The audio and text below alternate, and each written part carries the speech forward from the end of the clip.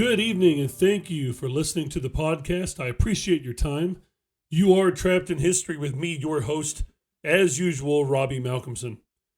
I've been a history teacher for 17 years, and throughout my career, I have developed the confidence for teaching history with philosophical methods of inquiry. Meaning, we don't just learn what happened, we wrestle with why it matters and what it reveals about us.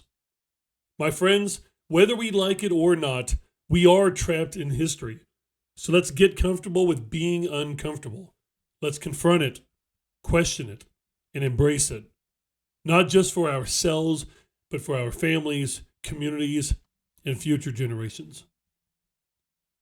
This is episode 58. We are going to continue our journey through the scientific revolution and the Enlightenment. For AP students and AP teachers and AP Euro, maybe even AP World, this is going to continue through that Unit 4 sort of era. If you're not an AP teacher or student, then you could just be interested in listening to more about the story of the scientific revolution. But either way, I hope this helps out any of you that might be investing your time to listen to this episode. Starting off, in 1543, as the Renaissance began and Europe's mind awoke to art, humanism, and rediscovery, a quiet revolution began with the publication of a book that would shake the very foundation of the universe. This book was entitled On the Revolutions of the Heavenly Spheres. Its author, a cautious Polish cleric named Nicholas Copernicus. Copernicus proposed something unthinkable. The sun, not the earth, stood at the center of the cosmos, of space. This was not merely an astronomical claim. It was a philosophical earthquake. For thousands of years, humanity had believed it was at the center of creation, watched over by God, the heavens rotating in a divine harmony around it. But Copernicus's new heliocentric theory, or the Copernican theory, suggested something radically different. That Earth was just another planet, one world among many, moving through the vastness, infiniteness of space.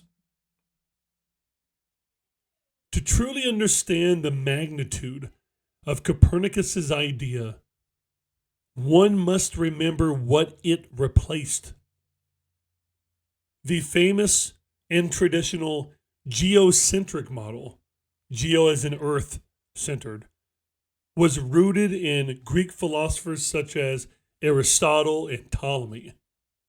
And it was not merely scientific, it was spiritual, moral, and social. It mirrored a universe with clear hierarchy, heaven above, hell below, kings and priests between God and man. The Earth's central position symbolized humanity's importance and divine purpose. To displace it was to unseat both physical and theological certainty. Copernicus's model, though mathematically elegant, challenged the very architecture of the Christian cosmos.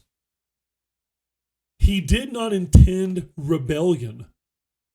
He thought harmony between faith and reason. Yet his vision would set off centuries of conflict, forcing Europe to confront not only what it knew about the stars, but what it believed about itself. Copernicus's ideas spread slowly at first.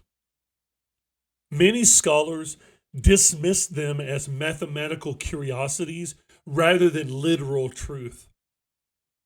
But among the next generation forward, his heliocentric theory found defenders and dreamers, mathematicians, astronomers, and philosophers, thinkers who dared to look up and see the heavens anew.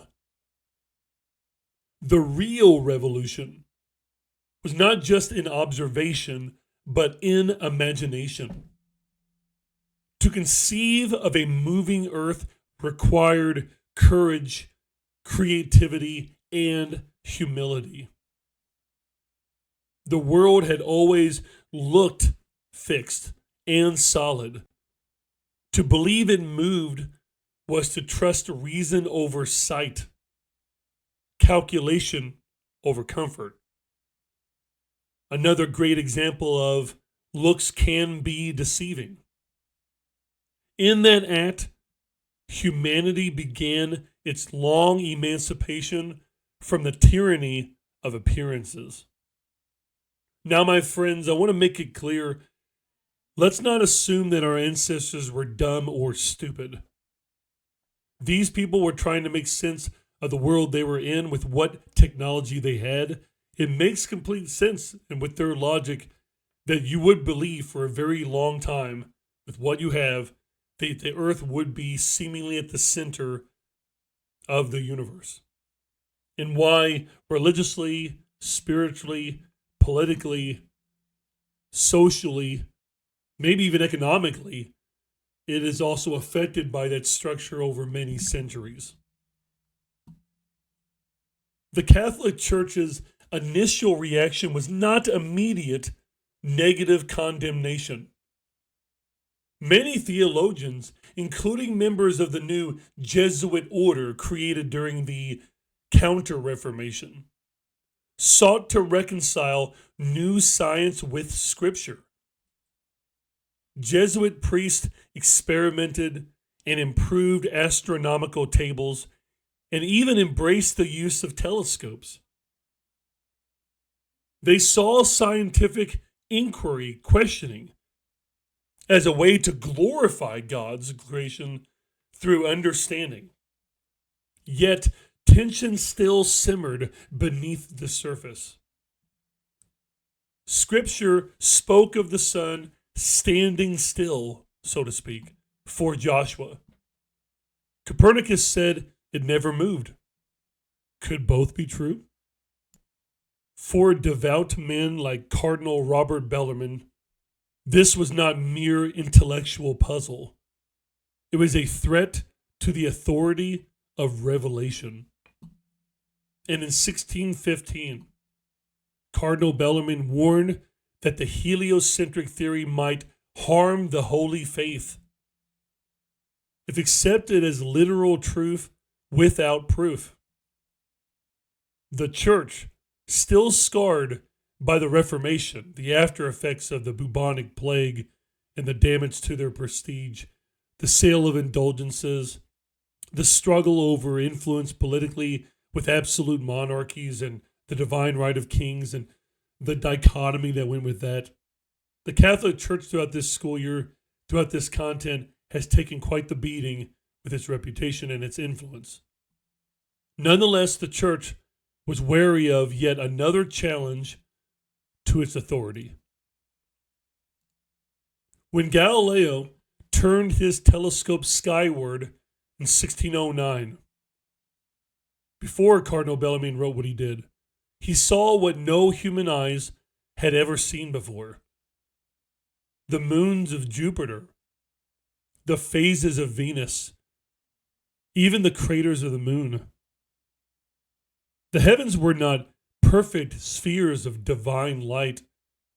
They were scarred, dynamic, and even earthly. Galileo's observations offered visual proof of Copernican heliocentric theory. For the first time, belief in heliocentrism was not merely philosophical, it was now scientifically empirical. Yet Galileo was not content to whisper his findings among other scholars.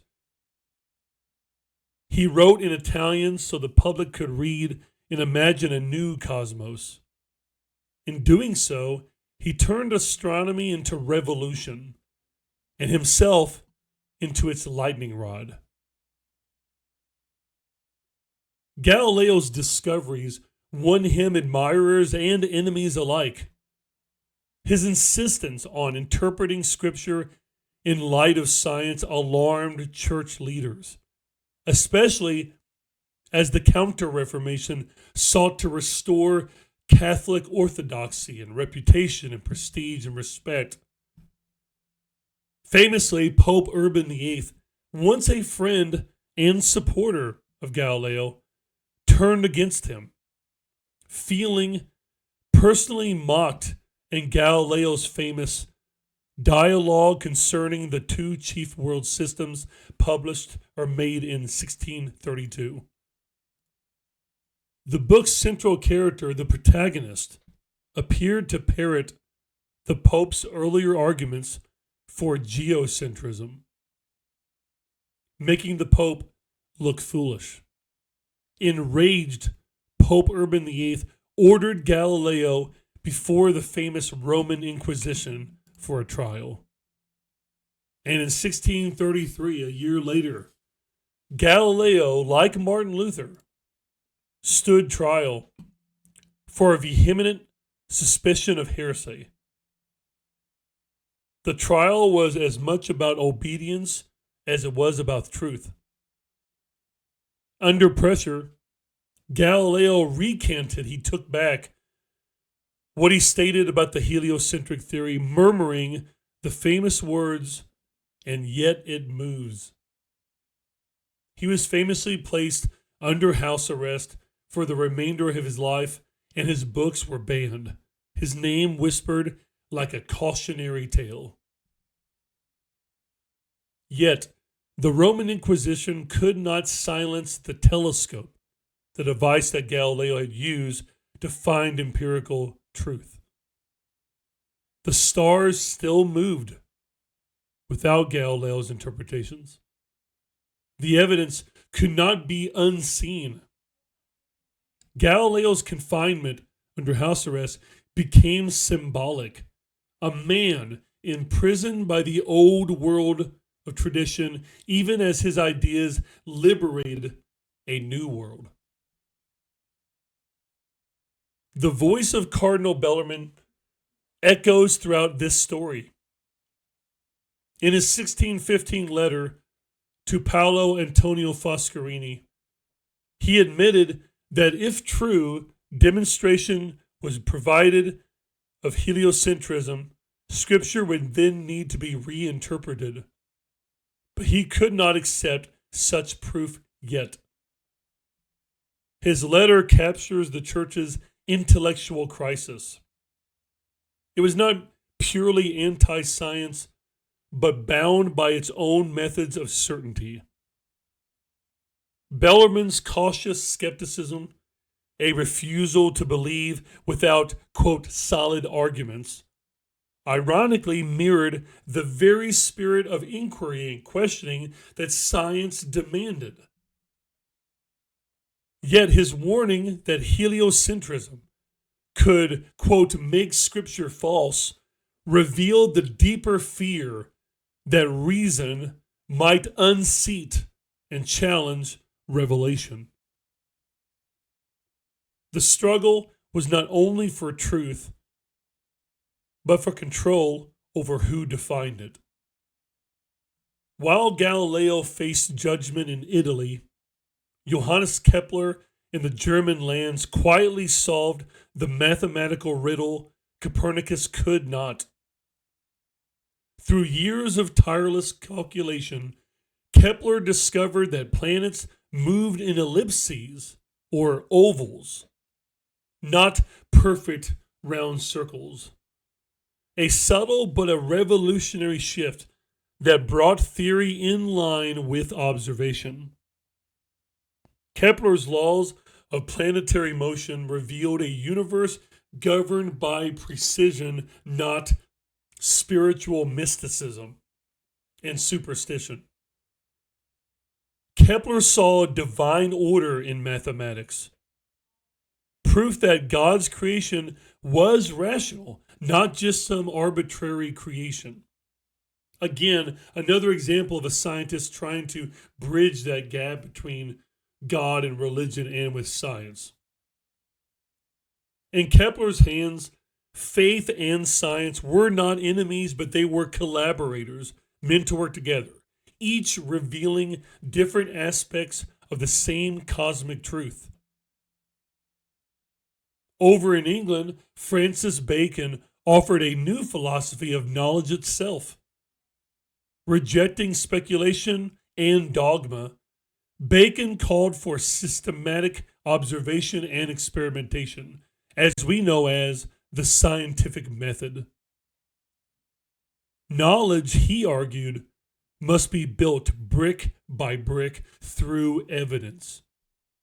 Knowledge is power, he declared, and that power was to be used not to glorify kings or priests, but to improve the human condition.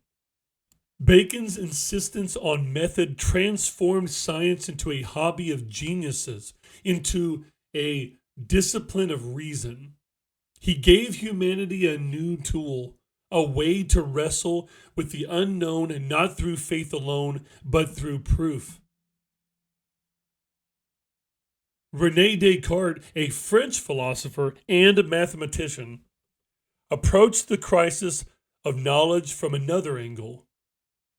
In a world where old truths, traditional truths, were crumbling, he began by doubting everything, even his own senses. He stated, "I think, therefore I am." And this became his starting point for rebuilding truth and certainty. Descartes believed that through reason and rationalism, mathematics, humans could uncover the laws of both matter and mind. His famous Discourse on Method, published in 1637, laid the intellectual foundation for modern rationalism and inspires future generations of thinkers to trust the mind as an instrument of truth, to keep questioning the past in order to understand the present and be contagious.